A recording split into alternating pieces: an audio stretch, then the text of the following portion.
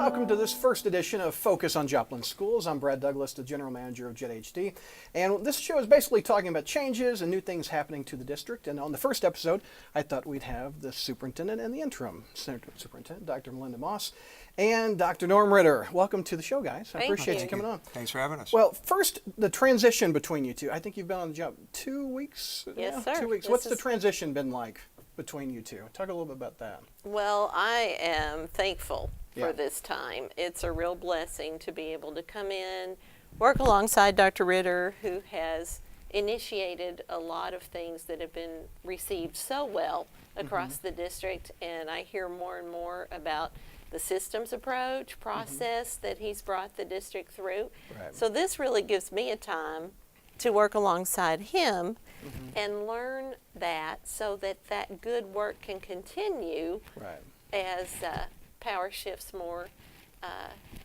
to my leadership. But I want to continue the good things that Joplin's been doing. I'm kind of like you. I'm 2 months on the job, and you're 2 weeks, so we have that in common. So we're both kind of new. So talk about the transition with you, Mr. Ritter. It's been really good. Basically, Dr. Moss comes in very humble and really listening very well.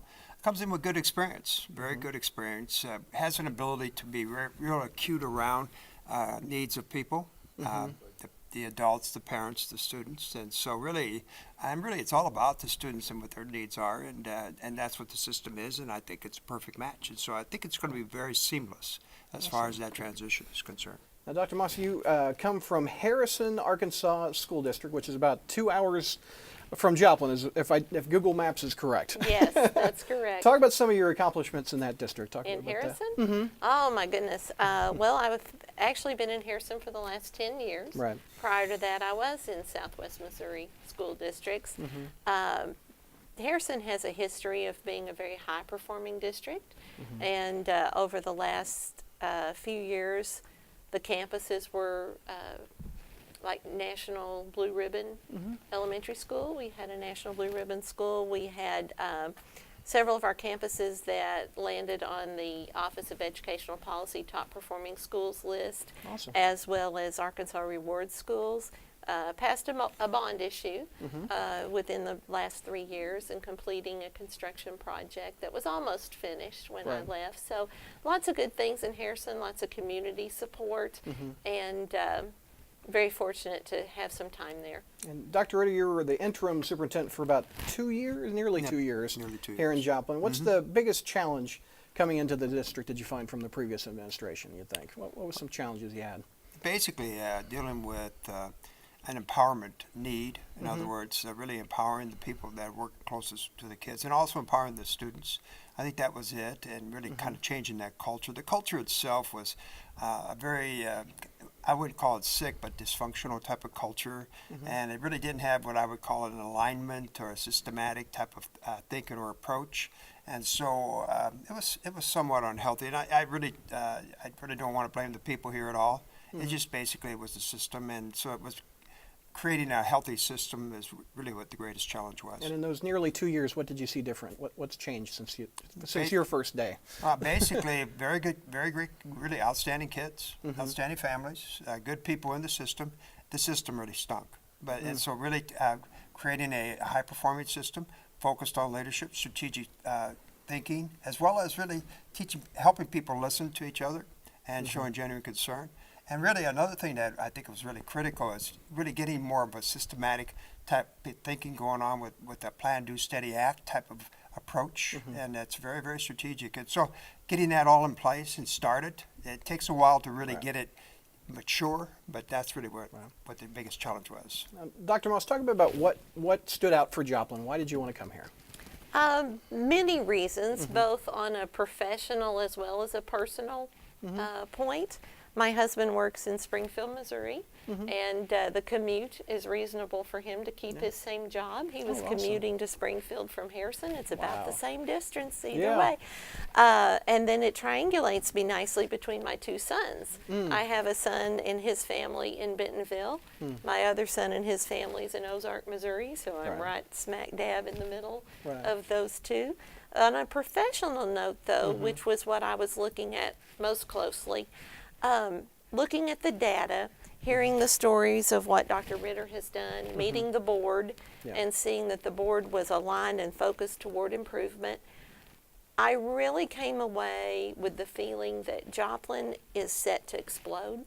And I mean that in a positive way, that these improvements that have come along and these systemic thinking and the practices that are starting to get ingrained, I think the district is really positioned to take off and see some great gains. And I just want to be a part of that. Yeah. And you probably have heard of Joplin. I mean, it was impossible Sure. during the tornado. I mean, it was everywhere nationwide. Yes. But what's some specifics that you see that, I know it's just 2 weeks, but some things that you see Joplin does right and some things you want to work on in your new job? Well, I go back to what Dr. Ritter was Yeah. talking about with the Plan, Do, Study, Act, and the triad that we talk about in the systems and the strategic thinking. I believe that is really gaining ground at the administrative level as well as among the principals and looking at the whole campus. Now what I think the next challenge is to drill that down even further into each classroom such that each classroom becomes a model of systemic thinking and that students are really owning their learning. Right. And that we're looking strategically and analyzing our data around individual student outcomes. I think when that starts happening more, which it's happening now, but there's room for growth there, I think we're going to see tremendous gains. Yeah. And I'm sure you've seen it on the national news, the statewide budget cuts of higher education. And a lot of people are worried that might trickle down to local schools. What's some of your thoughts? How do you do more with less and keep or retain the teachers, do you think? What's some thoughts on that? Oh, that's always the challenge to do more with less. Do more it's like with a budget less. at home. What do you do with the money? Yeah. Well, I think it goes back to empowerment. Yeah. And everybody owning the whole system and looking at it not just from maybe their pocket of influence, but realizing that they truly influence the entire system and what nothing happens in isolation. Right. So It's a we just team. have to continue to look for efficiencies and empower our people to realize that we have the expertise and what we need under our own roofs to solve our problems. And it's just that positive collaboration and keeping energized with what we say and do that will allow us to weather those budgetary storms. As long as we're effective and efficient, as long as we could show that there is no waste in the system, as long as we're focused on the kids and the needs of the kids, I believe Joplin will step up and support. Yeah. And so I think we got to start stepping away from federal control and federal focus, as well as state control, state focus. I think Joplin itself loves its children, and that's the challenge. The challenge is to do what Joplin would like to have for its children. And that may mean eventually they're going to have to pay a little bit more, but right now, that's what we do. We basically prioritize and respond, and that's what the system does. The system is very effective, very efficient, really focused on learner support as well as getting kids ready for the next grade. That's the strategic plan that's in place. Right. And going back to Harrison again, any similarities you see between Joplin and Harrison? Like some similar strengths or similar problems, or I don't know. I think the community support is felt in both towns. Yeah. There's a lot of similarity with demographics. And even though you're crossing state lines and looking at different legislators and different standards of accreditation, when you really boil it down, public schools are quite similar within both areas. Right. Now, Dr. Ritter, what's next for you? Do you have a last day, or what's next for you? You think?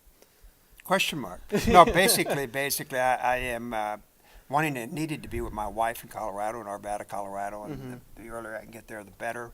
And that'll probably be in June sometime, and then and ultimately, of course, grandchildren, children, all on the Front Range, and of course, Colorado's a beautiful place to be. Yeah. But Colorado schools need a lot of work, and so I anticipate doing some work with them. Also, some consulting work, but maybe even some more work in surrounding states. Throughout the Midwest, and getting some calls around that to do very similar things to what I've done in Joplin, Melville, Springfield, Colorado Springs. It was in all those cases, it was a matter of improvement. You're keeping busy. I am. You've got a lot on your plate. I am. Dr. Moss, before we wrap this up, just any final thoughts to the parents that might be watching this? that any message that you'd like to give the parents about the future of the school district and anything like that? Well, I would just like our community and our parents to know how committed I am to the Joplin district, how happy I am to be here, Yeah.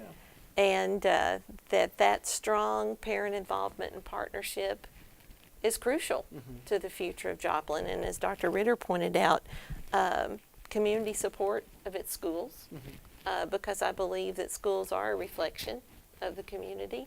And if you have a healthy community, you have a healthy school. And if you have a healthy school, you have a healthy community. There you go. All right. Well, thanks for being my first guest on this inaugural episode. Well, so thank I appreciate you. it. Well, that is the first Focus on Joplin Schools. For JED HD, I'm Brad Douglas.